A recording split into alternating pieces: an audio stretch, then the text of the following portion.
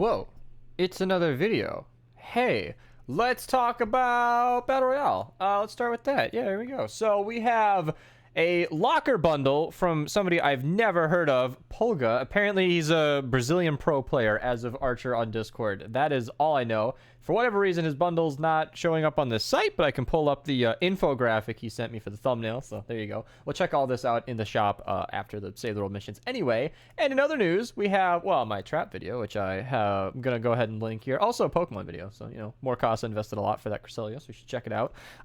In the BR side of things, we have Kit Bash, who has apparently not been here for 777 days. So if you were at all interested in this skin, I believe there are a couple of different combos. The picture he sent me has it looking like a cat, so there are probably multiple styles or something. I'll again check it out later, but there you go. If you're interested in that, it's not a common one apparently. This is probably not the most popular skin in the world. It looks a little off the wall, but hey, I mean, 777 days is a long time to wait for a skin if you're one of the people who were waiting for it to return. I'm refreshing here just to triple check that we do not have any V-Bucks today, but that's okay. Don't click off. It's all right. I mean, you probably wouldn't have clicked on the video anyway because it's not the title. So anyway, we also have a few things going on. We have Sentinel Hype, which is good for Decoy, Survivor, Legendary, Ceiling Drop Trap, and Gas Trap. So there you go. Razor Blade's pretty good. Electropulse Penny is a low-key great pick. I have never seen her in missions. Maybe I've forgotten, but I'm not sure that I've ever pointed her out before. Either way, we're going to talk about her today. And of course, the Vacuum 2 Rifle. Armageddon can get the crit hits cause an explosion 6 perk. People have told me that's good.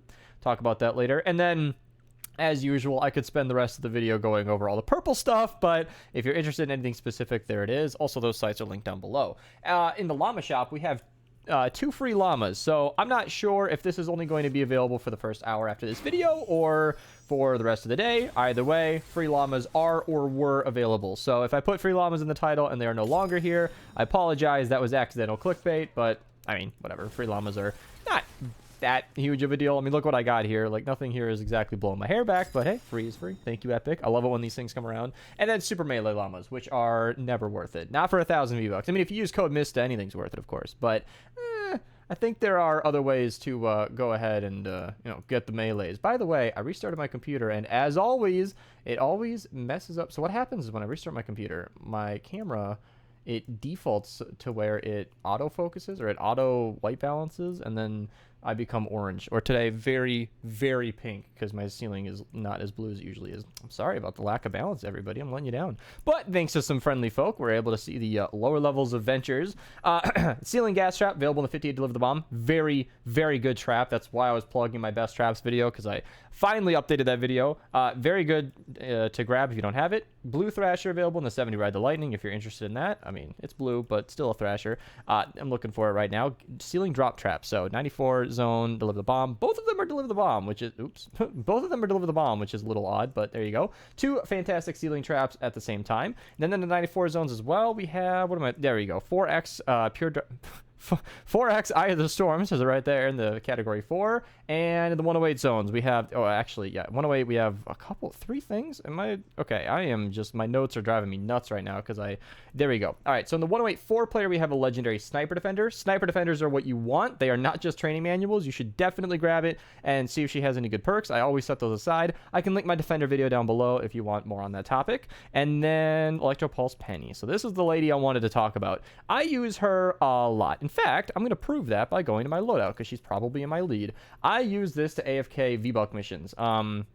Not the most exciting reason, but it's true. If you are a high enough power level player, this is a great hero. I'm not going to pretend like it's a ton of damage, but it essentially means that whenever an enemy smacks your base, they kill themselves, which is a fantastic deal. Obviously, it does nearly triple the amount in the lead, so I usually throw her on the lead, slap this on an Atlas, and you can walk away. Do that in a private lobby so it doesn't kick you, and so that you're not... I mean, I just use it for V-Bucks. I very rarely use that in normal missions. If we're running a normal mission where I'm running Constructor, typically she's in the support, but great in the support either way. Electropulse is a key element. A lot of people ask me why I don't use Thunder Thora, and I'm less impressed. I use them both because as you can see, there aren't that many options for constructors, but Thunder Thora I just feel like is a little less, like it's less damage than Electropulse Penny, and it's only every 5 seconds. So Honestly, use them both. It doesn't really matter, but I prefer to use Electro Pulse Penny. And then if you put in like power modulation, the base will heal itself about as fast as the enemies are smacking it. Again, this is a low level strategy. I use this in low level V-Buck missions.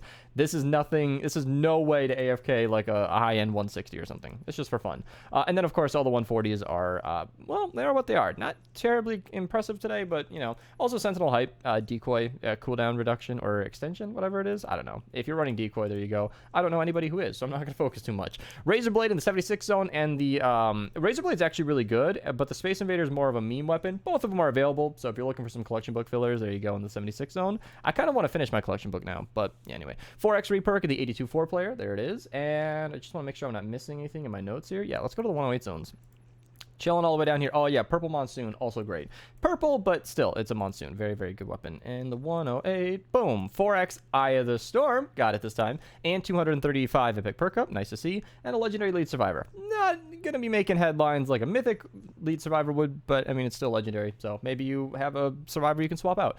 Copper Armageddon, again, can have the Crit Explosion. I cannot speak to its strength, but I've heard good things. Copper Vacuum Tube Rifle can have the Chain Lightning or Damage to Water. Very good AR in that regard. 4x free perk in the 116 4-player, and then we're going to skip to the 124s, 4x perk up, and then all the way up to the 140s. Got to save some time here. So, Legendary Survivor in the 140 Category 4. Nice, easy mission to go ahead and knock that out.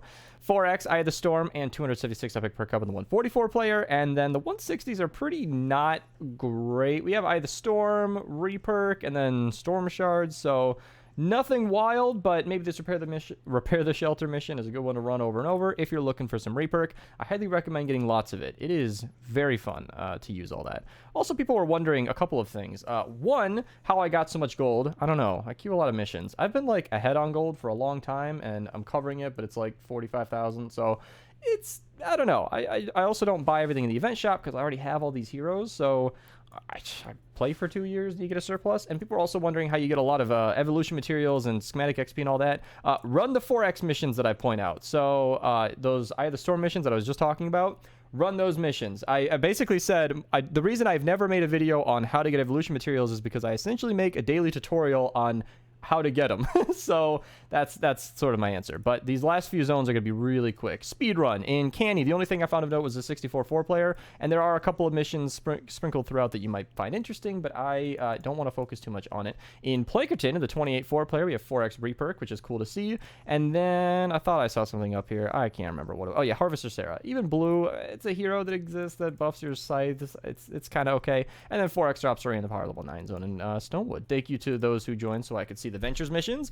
Let's check out the locker bundle, and I want to say it's a new hero. When it's been 777 days, that's, you know, it's exciting, but it doesn't make it new. I have everything in this bundle. Are you kidding me? These wings are 300 V-Bucks because I got it all.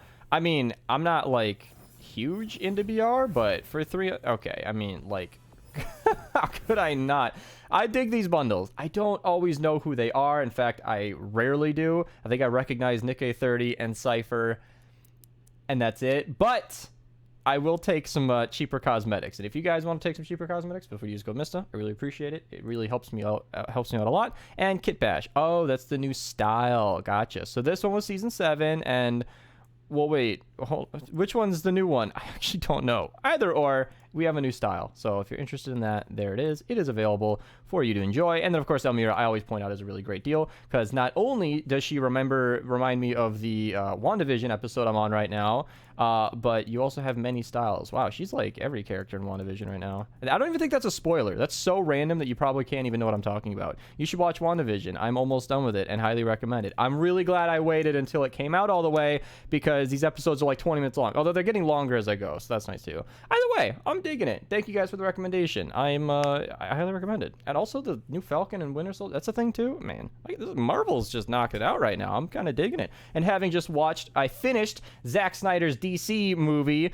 It was better than the original, longer than it had to be. I know 4 hours is an easy gripe, but I think at like I don't know, after the 3.5 hour mark, I was like, Jesus, are we not done yet?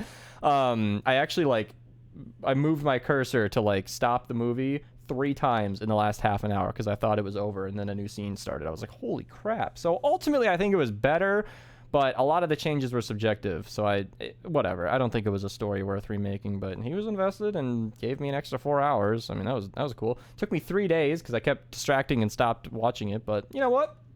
It was good. You should watch that one too. I'll see you guys later.